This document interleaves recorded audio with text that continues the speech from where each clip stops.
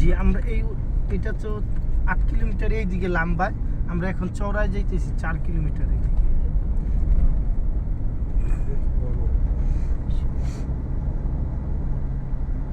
বহুত পাহাড়ের পাশ দিয়ে যাচ্ছি।